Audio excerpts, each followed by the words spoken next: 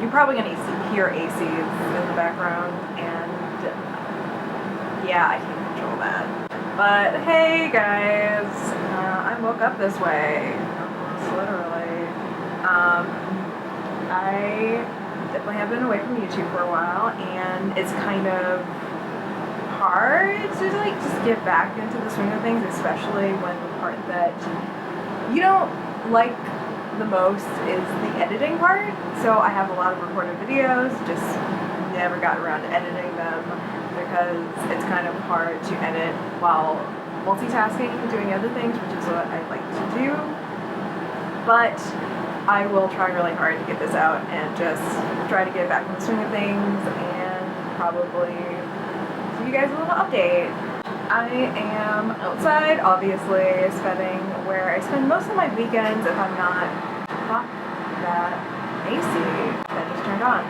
When I'm just not inside, when it's too hot, and you know, just watching something on Netflix or Amazon Plus. I haven't gotten Hulu Plus yet. I have managed without it so far, but I might buy a subscription soon. But this is a booktube channel, so you're probably expecting me to talk about books. I have been reading, probably not as much as you've seen me read before.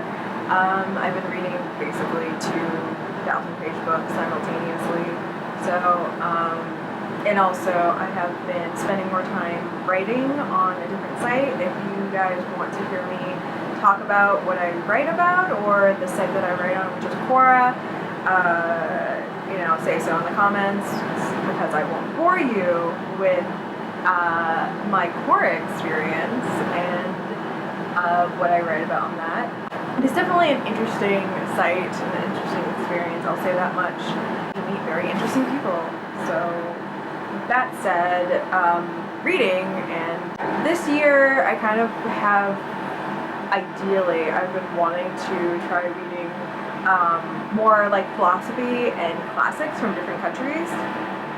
Just as, just to understand, maybe, break out of, the, Eurocentric canon that a lot of people are familiar with, even though one of the books I am currently reading is Don Quixote, which I am definitely enjoying a lot, and I will talk about that a little bit later when I show the other books, but I just want to expose myself to, the bedrocks of different classic literature of other cultures and countries, so I don't have such a presumption of what a classic is and what it means and what makes classics in other countries, and maybe get into a little bit of insight into,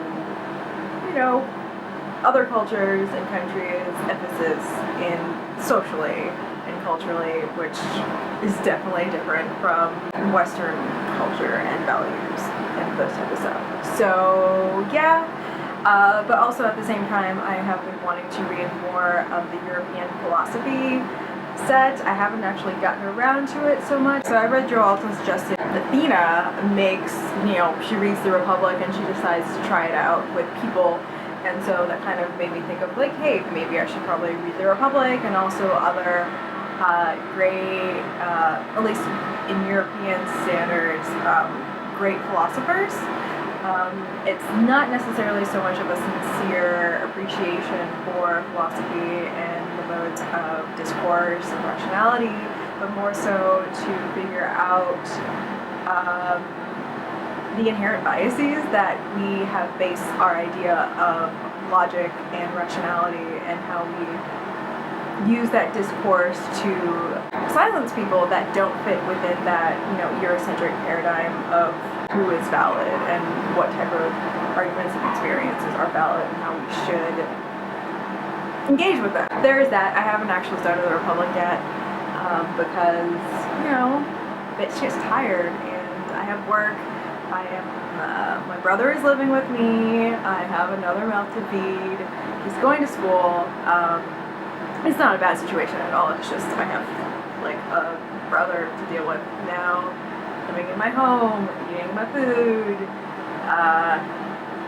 playing video games loudly, so it's kind of weird. I feel like I'm slowly turning into my mom, and it's really weird and really creepy. And even right now, like, my mom spends most of her free time outside in the garden, and guess where I am right now?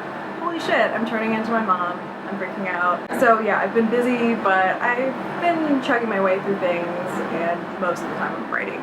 I've recently checked out a bunch of books from the library, and I'll show you the books that, at least one book that I've recently finished, and the books that I'm currently reading right now, and the books that I'm planning on getting to in the future. I have recently finished From Here to Eternity by Sean Carroll, The Quest for the Ultimate Theory of Time, and it is basically talking about how to contextualize time, the physics around it, entropy, what differentiates the past from the future in terms of physics. And it was interesting as I was reading it while I'm reading this other book that I'm still reading, but it kind of intersected with another book, which is Against the Day by Thomas Pynchon. I am really enjoying this book so far, and it's kind of typical Pynchon, wacky, large array of characters, and like halfway through the book it kind of like time travel, and it kind of mentions some of the things that were being mentioned in From Here to Eternity, which kind of touches on things that I really do appreciate about Pynchon, and it is the fact that how much nerdy science history stuff that he actually does pack into this book. Like, Tesla is a contemporary in this book. Tesla, Edison, the types of theories that they had at that time, no matter how wacky or like kind of mystical thinking, and it kind of leads into the wackiness, and at the same time the espionage, anarchy, like all these different types of characters. At least personally for me, it's a fun read, and it's really interesting actually seeing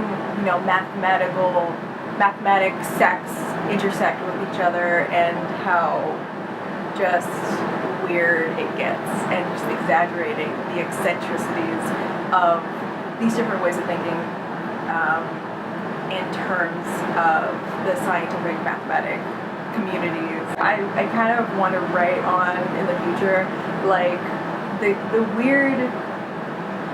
oddity of the fact that like the majority of the people that would read Pynchon have no idea what that stuff is. So it's kind of sad that like the majority of the people that read Pynchon can't appreciate all of like the wacky but kind of true things that he actually puts in there, but it's kind of can easily be brushed off as oh, it's just eccentric, just another eccentric character, when it's like, oh, it's kind of true. Like, quaternions are kind of like the weird uncle that you never really talk about, and now there are a bunch of characters who are like so into quaternions, and they're like, no one talks about us, and they're all just like in a weird, wacky group, and just obsessing over how you can apply it and how you can use it. And I know about quaternions because I deal with them in my job. So, quaternions, they are weird. Soon I am probably going to pick up Leading Edge, and I'll show you I have another book of his, which would actually mean that I've read all of Pynchon's works. Hopefully by the end of August I would have probably read all of Pynchon's works, so I think that'll be interesting. I probably will make a video of that. If you want a video of what I think of Pynchon, say so in a comment. Moving on. So I already showed it earlier.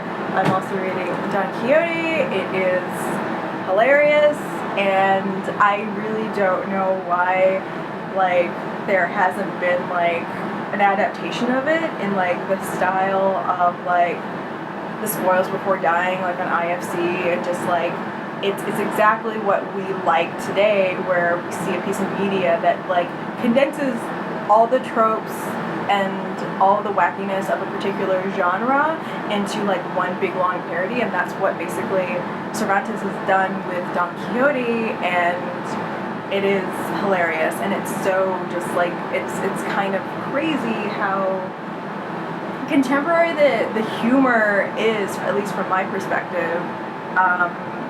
Like they even had like a joke that is similar to like something you would have seen in the sequel to 21 Jump Street, which is 22 Jump Street, And there was even like in the second part a quip of like some people say sequels always suck, and it's so like the second part gets so meta that I enjoy it, and I'm definitely gonna purchase this for myself. I'm almost done with this. I think I have maybe like 300 pages left of it, and yeah, I have no complaints. I really have no complaints, and I just don't know why this hasn't been adapted by a great director that does this type of stuff. Like Don Quixote was kind of one of the first of those types of movies where they parodied those types of things. Like I'm gonna use like 21 Drum Street, but like 21 Drum Street, it's like Don Quixote is like in that vein of like